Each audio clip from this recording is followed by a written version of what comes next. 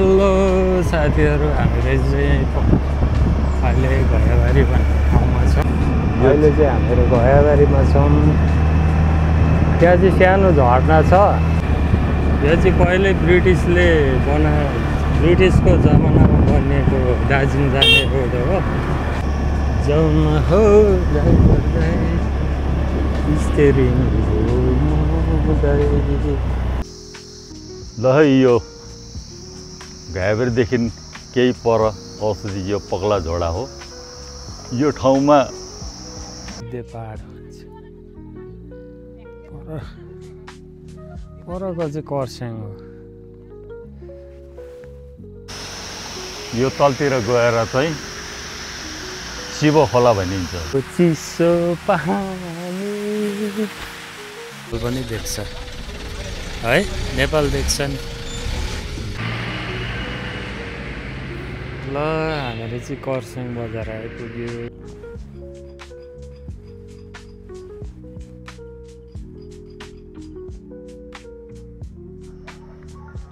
अहिले चाहिँ यहाँको यो भ्यू हेर्ने ठाउँ रहेछ। यो चाहिँ कर्स्याङ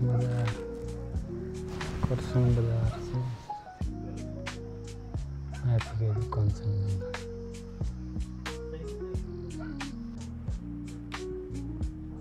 दामी छ।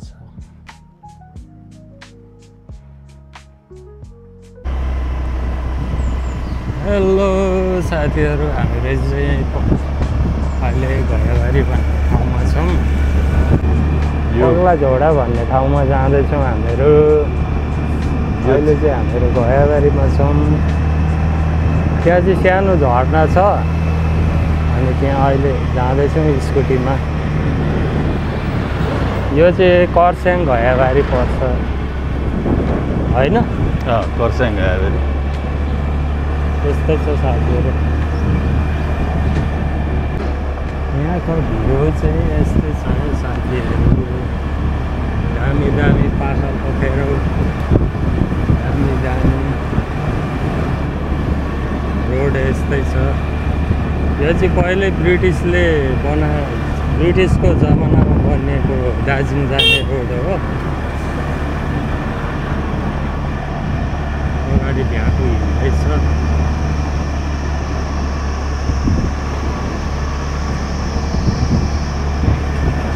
रेलको ट्र्याक पनि आइमुनि पर्छ, सँगसँगै छ रोड, सँगसँगै छ रेलको ट्र्याक। अस्ति चाहिँ हामीहरू दार्जिलिङ गएर अलिअलि हल्का फुल्का घुमेर आइयो। साथी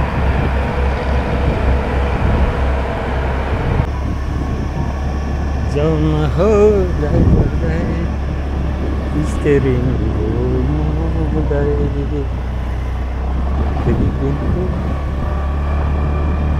यस्तै छ है साथीहरू।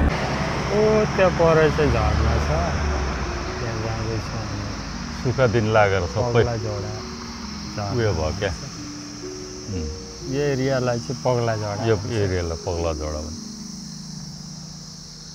ल यो घैयाबारीदेखि केही पर अवस्थित यो पगला झोडा हो। यो ठाउँमा झन्डै 2006 देखि लिएर यहाँनिर ठुलो पहिरो गएको थियो र करिब 8-10 वर्ष चाहिँ यो बाटो बन्द थियो। अहिले खोलिएको छ। यो ब्रिटिसले बनाएको बाटो। 1980 सालमा यो ट्रेनको ट्र्याकहरू बसाएको। अनि यो पर देख्दै गरेको सानो एउटा झरना छ। त्यसपछि उता यो एउटा भिर छ, रकले भरिएको। यसलाई चाहिँ चिउरी भिर भनेर चाहिँ नामकरण गरिएको छ। यहाँदेखि केही पर गयो भने के भिर भन्छ अरे? महानदी। त्यसपछि घुमेर गाडी माथिल्लो बाटो भएर सिधै खरसाङ दार्जिलिङ जाने गर्दछ। पकाउँ त यहाँ समस्या यस्तै हुन्छ र राम्रो। यो चाहिँ ट्रेनको झरना। कुन झरना पऱ्यो? यो पगला झोडा ठुलो खोला भन्छ। यसै तल यो तलतिर गएर चाहिँ शिव खोला भनिन्छ। त्यसपछि यो गएर चाहिँ सिलगढीको महानदीमा मिसिन्छ। यहाँ चाहिँ झर्ना हेर्न आउनेको यो नास्ता खाने ठाउँ रहेछ।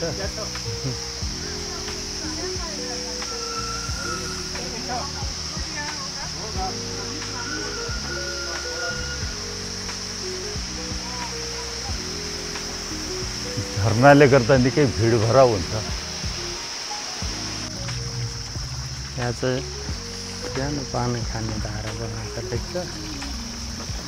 अनि दामी आउँदो रहेछ।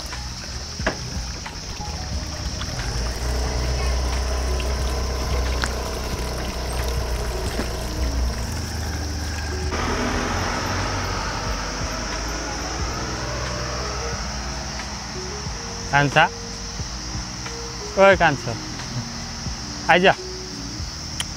ओए ला ला आइज आइज। यताबाट खेत दिएन। साथीहरू यहाँ नजिकै एउटा छरछरे झर्ना रहेछ। यो पनि दामी छ।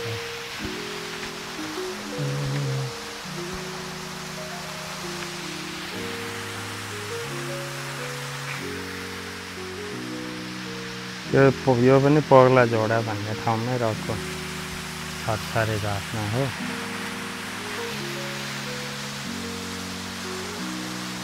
झरनाको चिसो पानी पानी मुनि ताल पर्यो। राम्री त तिमी राम्रै किन गाई पर्यो। दामी दामी दामी। यो चाहिँ गिद्धे पाहाडको भ्यू पोइन्ट हो। यहाँ मासतिर चढेर हेर्दा चाहिँ पुरै सिलगढीसम्म पुरै और नेपाल पनि देख्छ है। नेपाल देख्छ नि। ल हामीले चाहिँ कर्सियङ बजार आइपुग्यो। सानो काम छ। हामी चाहिँ अहिले कर्सियङको इगल क्र्याक भन्ने ठाउँमा जाँदैछौँ। कस्तो छ भ्यू। यहाँ चाहिँ चिया बगान रहेछ। काम अस्ताउन आँटिसक्यो।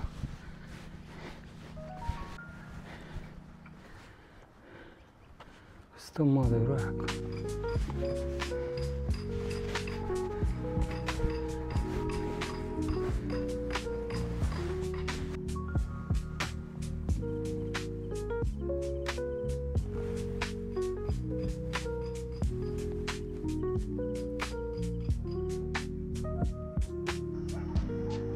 अहिले चाहिँ यहाँको यो भ्यू हेर्ने ठाउँ रहेछ।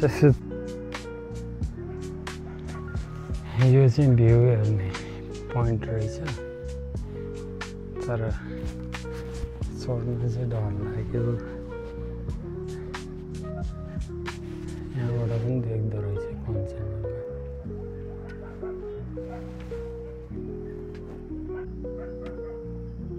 यतातिरको चाहिँ यस्तो छ साथीहरू भ्यूज। भ्यू यस्तो छ। यो चाहिँ कर्सियङ बजार। कर्सियङ बजार चाहिँ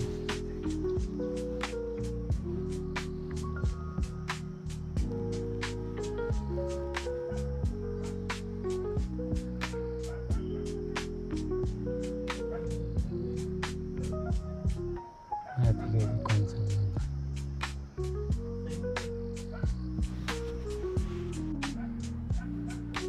यो पार्क चाहिँ डल्लै यस्तो देख्दो रहेछ। दामी छ।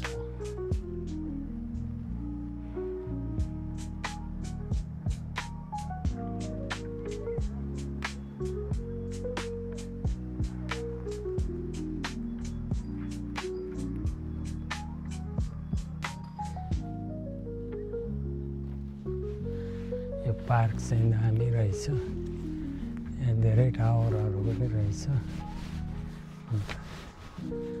राम्रो लाग्यो, दामी छ ठाउँ। माथि चाहिँ हनुमानको मूर्ति पनि रहेछ।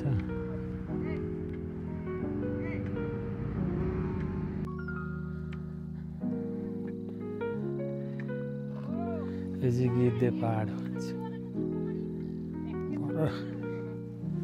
परको चाहिँ कर्स्याङ हो।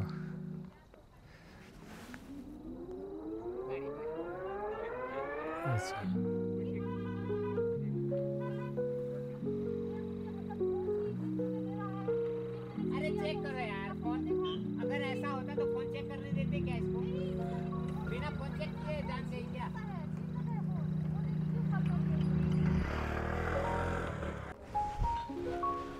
ल त साथीहरू, अब हामीहरू चाहिँ घरतिर लाग्छौँ। By by. भिडियो हेरेर सपोर्ट गर्नु होला। Thank you.